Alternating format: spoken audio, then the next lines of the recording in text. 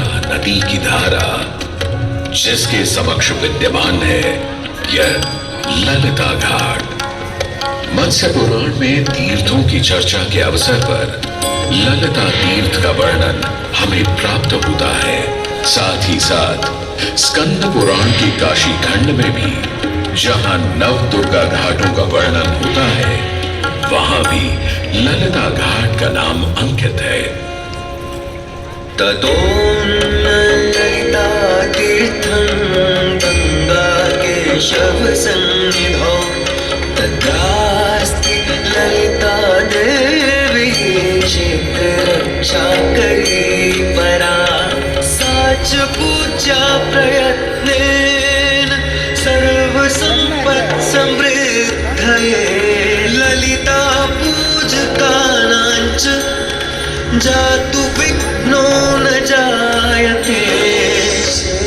कृष्ण द्वितीयायां ललितां परिपूज्य वै नारी वा पुरुषो वापि लभते वाञ्छितं पदं स्नात्वा च ललिता तीर्थे ललितां प्रणिपत्य वै लभेत् सर्वत्र लालित्यं यद्वा तद्वानुलभ्य च लभेत् सर्वत्र लालित्यं यद्वा तद्वानुलभ्य च।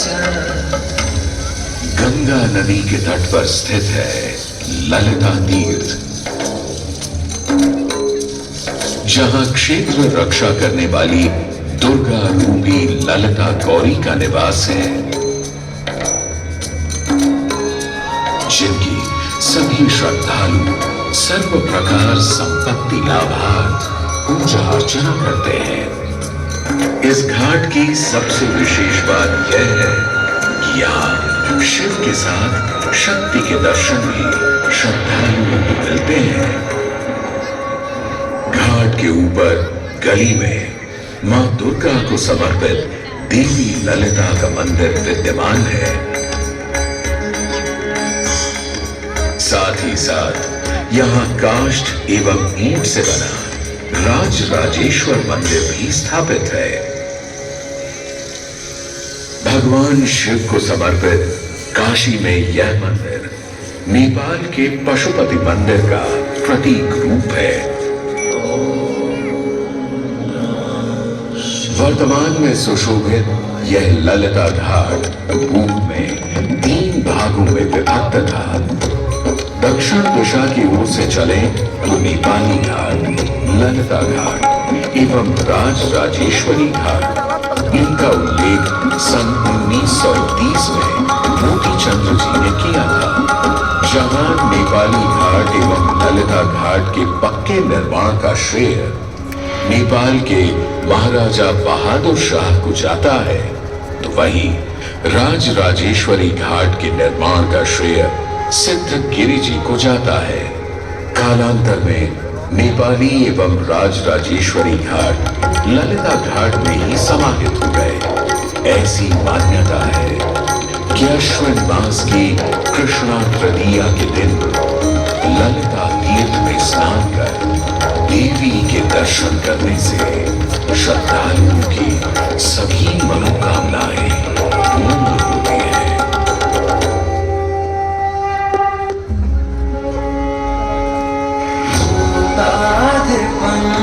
जगभूषण भूषितांगं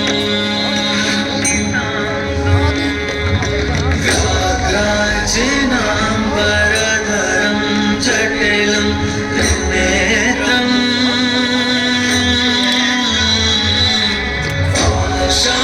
शांकुशाभया वरप्रदशूलपाणिम्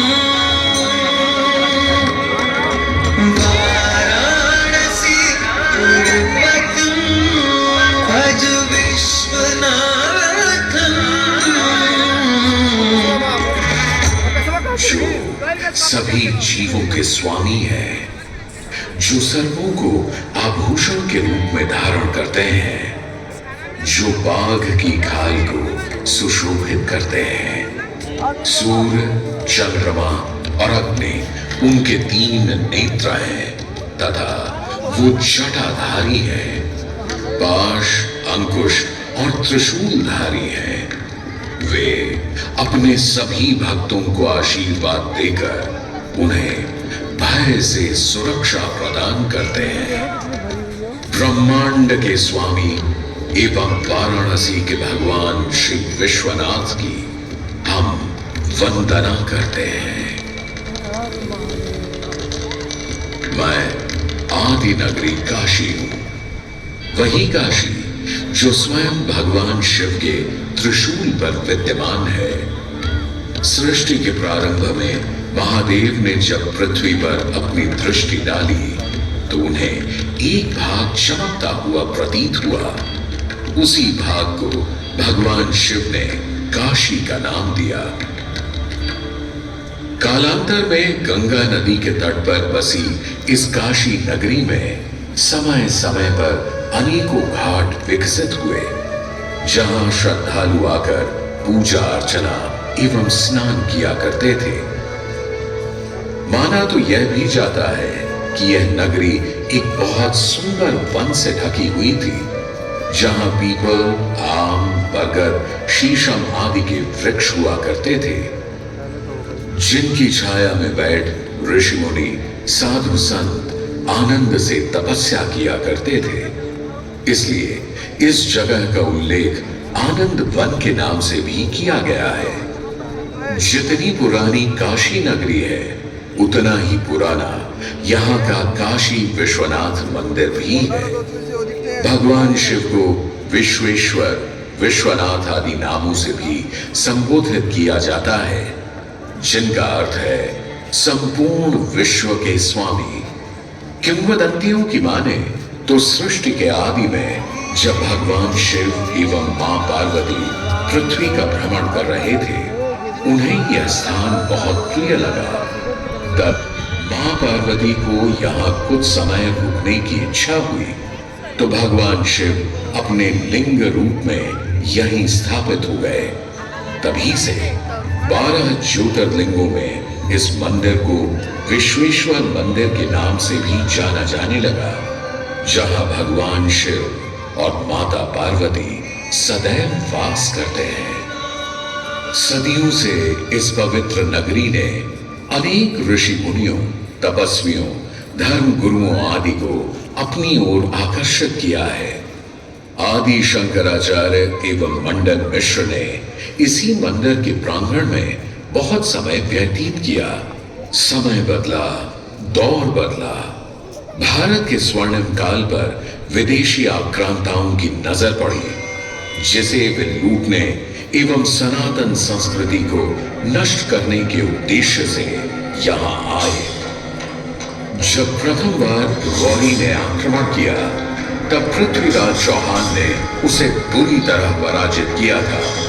अंत में उसने क्षमा मांगी और वचन दिया कि ऐसी गलती दोबारा कभी नहीं होगी। अतः पृथ्वीराज चौहान ने उसे छोड़ दिया।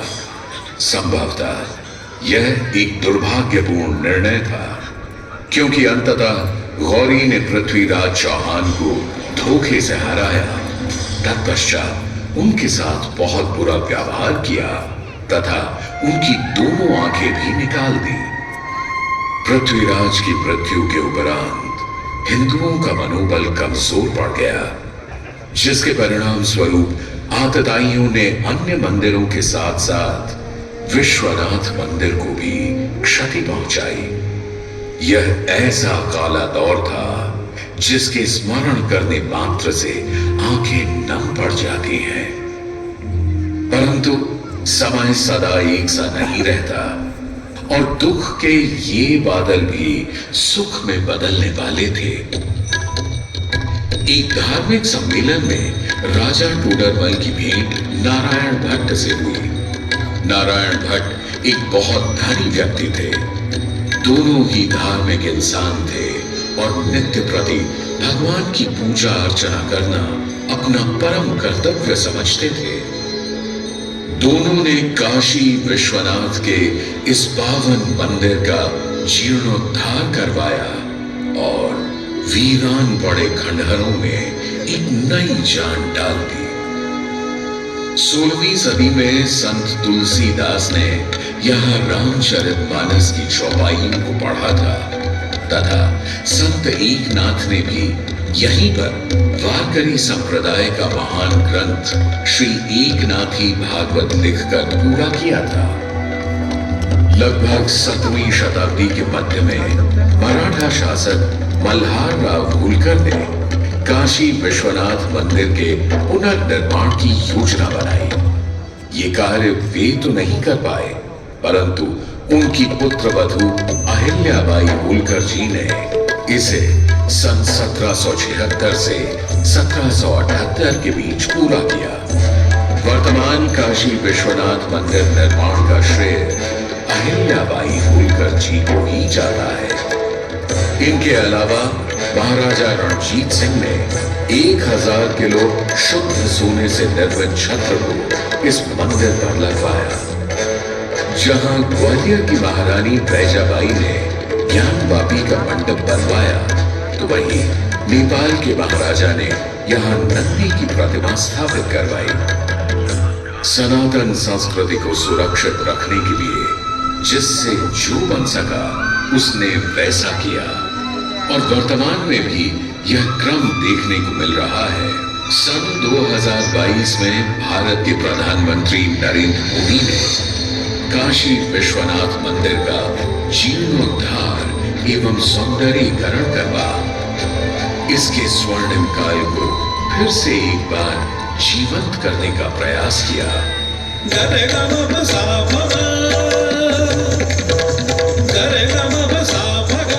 भगवान शिव को समर्पित काशी विश्वनाथ का यह पावन मंदिर सदियों से करोड़ों श्रद्धालुओं का प्रेरणा स्रोत रहा और सदैव के लिए रहेगा।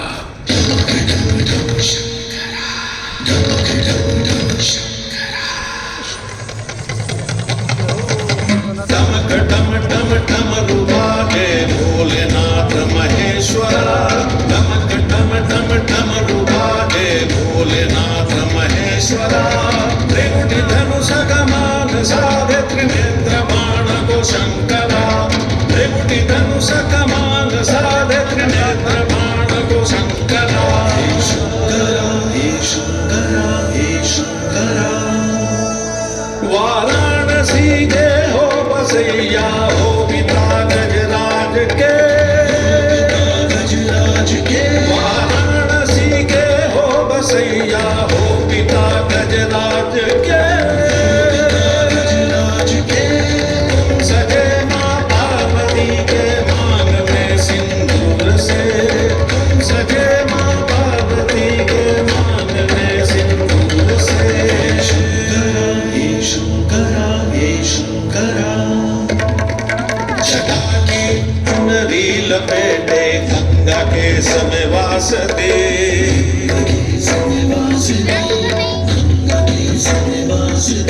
छटा की चुनरी लपेटे गंगा के समय वासते चंद्र